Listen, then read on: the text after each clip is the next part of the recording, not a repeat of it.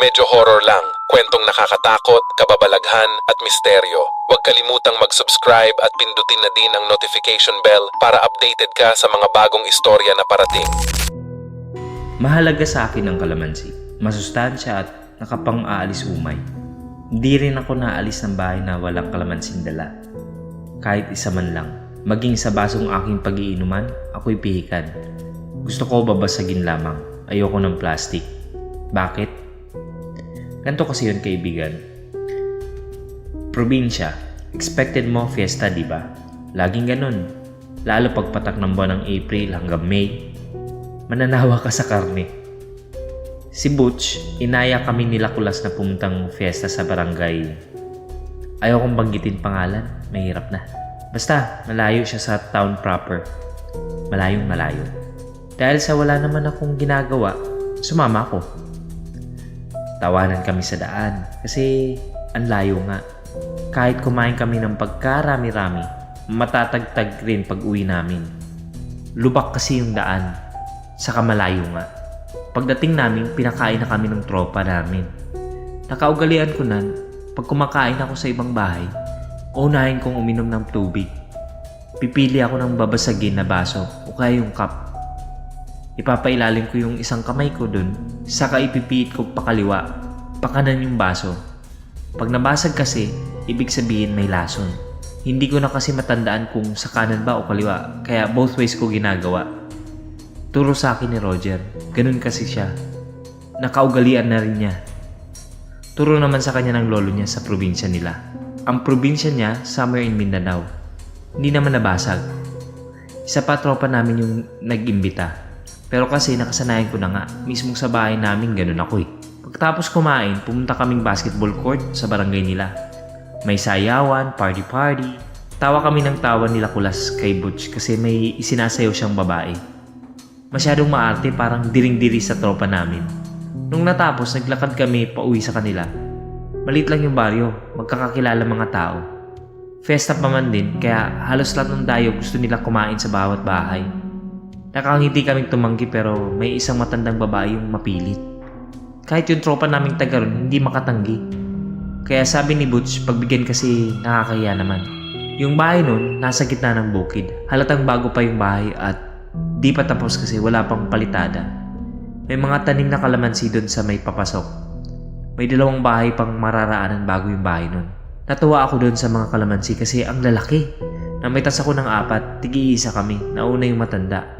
Ang bilis niya nga maglakad. Binigay ko isa-isa sa kanila yung kalamansi. Bakit to? Si Butch. Baka karni ng tao yung ipakain sa atin, just in case lang. Biro ko. Di ko alam na magkakatotoo pala. Nagdilang anghel ako. Turo pa din yun sa akin ng naging kaibigan ko sa Manila. Pero mas nakasanayan ko yung sa may baso. Kwentuhan kami habang nasa daan. Yung tropa namin si Jebon, sabi niya yung matanda nagtitinda raw yun ng bagoong sa may bayan. Matagal na raw. Kasing edad ng lola niya. Yung lola niya buhay pa naman. Pero bedridden na. Kaya na-amaze kami kay lola kasi ang liksi pang kumilos. Pagkarating dun sa kanila, pagkaupo namin sa mesa, tumawag yung mama ni Jebon. Tinatanong kung nasaan kami. Hinahainan na kami ng anak ng matanda ng pansit. Sinabi ni Jebon na sumaglit lang kami dun sa bahay ng matanda. Hinintay ko maghahain sila ng tubig habang ginagawa ko yung routine ko. Pansin ko, nakatingin sa akin yung anak. Nung naubos yung pansit, manok, tsaka kikiam sahog.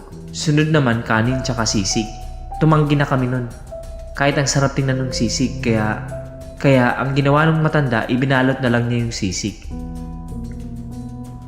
Pagbalik namin kila Jebon, yung ate niya inaya na kaming uminom. Pero si Kulas hindi na namin pinainom.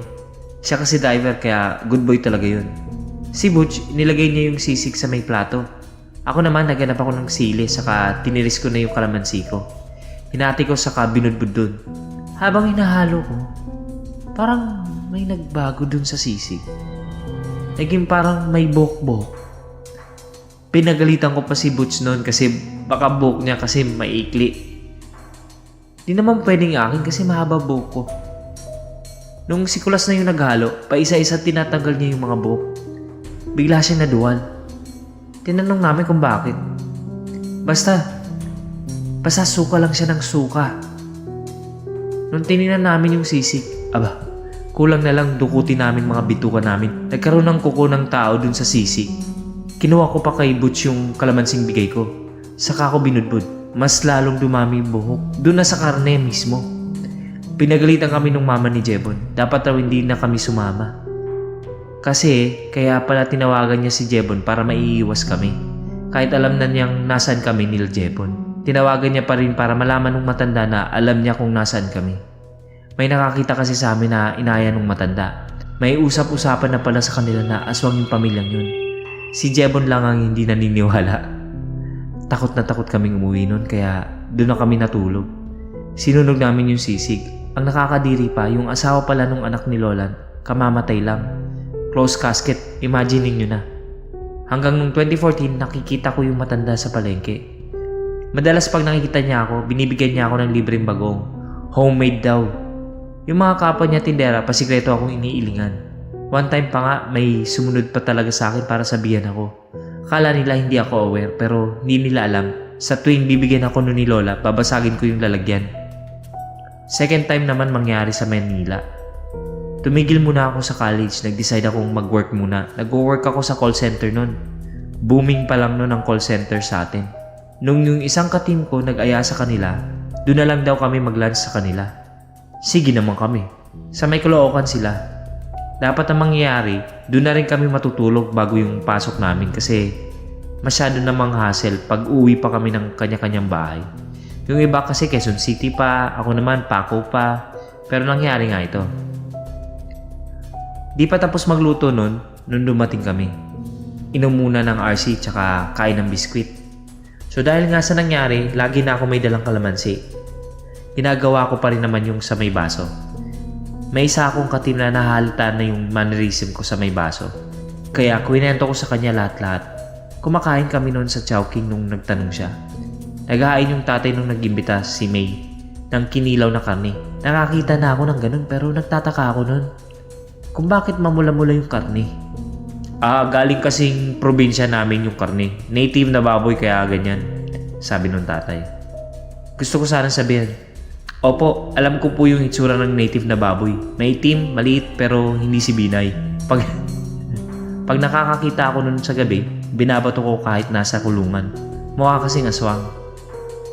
Ako kasi hindi ako fan ng kinilaw na karne. Kung kinilaw na isda yun, uubusin ko pa. Pero wala. Ayoko talaga ng niluto lang sa sukang karne. Yung dalawa namin kasamang lalaki, kumain sila. May mga bisita rin na iba bukod sa amin. Nakapwesto kami sa may gilid ng bahay, pababa yung mesa. 6 kami pang 7 si May. Hindi niya kami maasikaso kasi marami silang bisita. Puno ng tao yung buong bahay nila tsaka bakuran. Yung part na yun ng Caloocan, mapuno eh. Basta parang nasa probinsya ka rin lang. Nung naghain na ng kanin tsaka ulam, una kong tinirada yung inihaw na isda.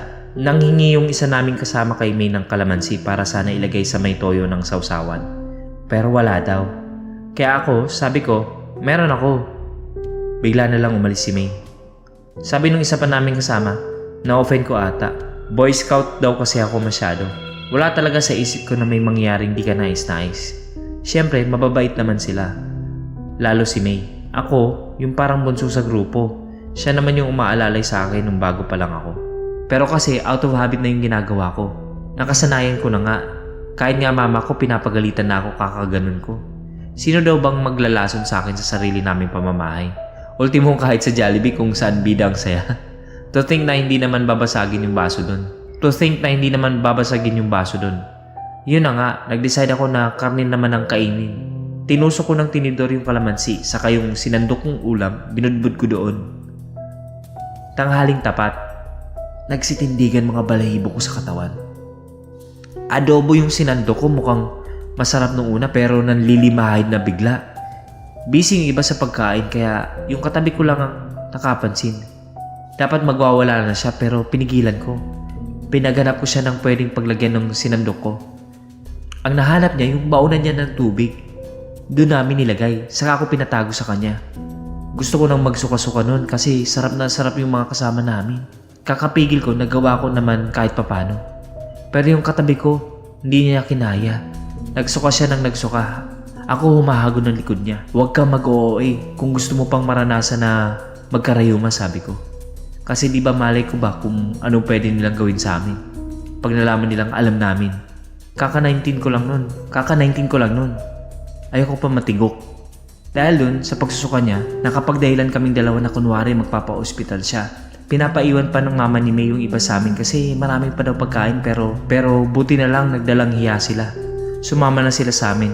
Nung nakarating kami sa amin, doon kami tumuloy. Pinakita niya yung nasa lalagyan niyang tubig. Habang tumitili, nagsuka-suka sila, grabe. Gusto nila iiwasan na namin si May pero naisip ni Nat na wag kasi baka makahalata. Hayaan na lang daw. Pero yung iba, kung pwede lang, lumaklak sila ng Zonrox o liquid sosa, ginawa na nila. Matunaw lang yung karne sa tiyan nila. Pinagpapasalamat nila na hindi sila nagkakain ng dinuguan. Ang sabi kasi nung nagtanong kami, may certain food na ipapakain sila sa'yo para maging katulad ka na nila. Kadalasan, laman loob ng tao na dinasalan nila. Nag-enjoy po ba kayo? Subscribe! Nag-upload po kami ng mahigit sa 3 videos sa loob ng 1 linggo. Salamat!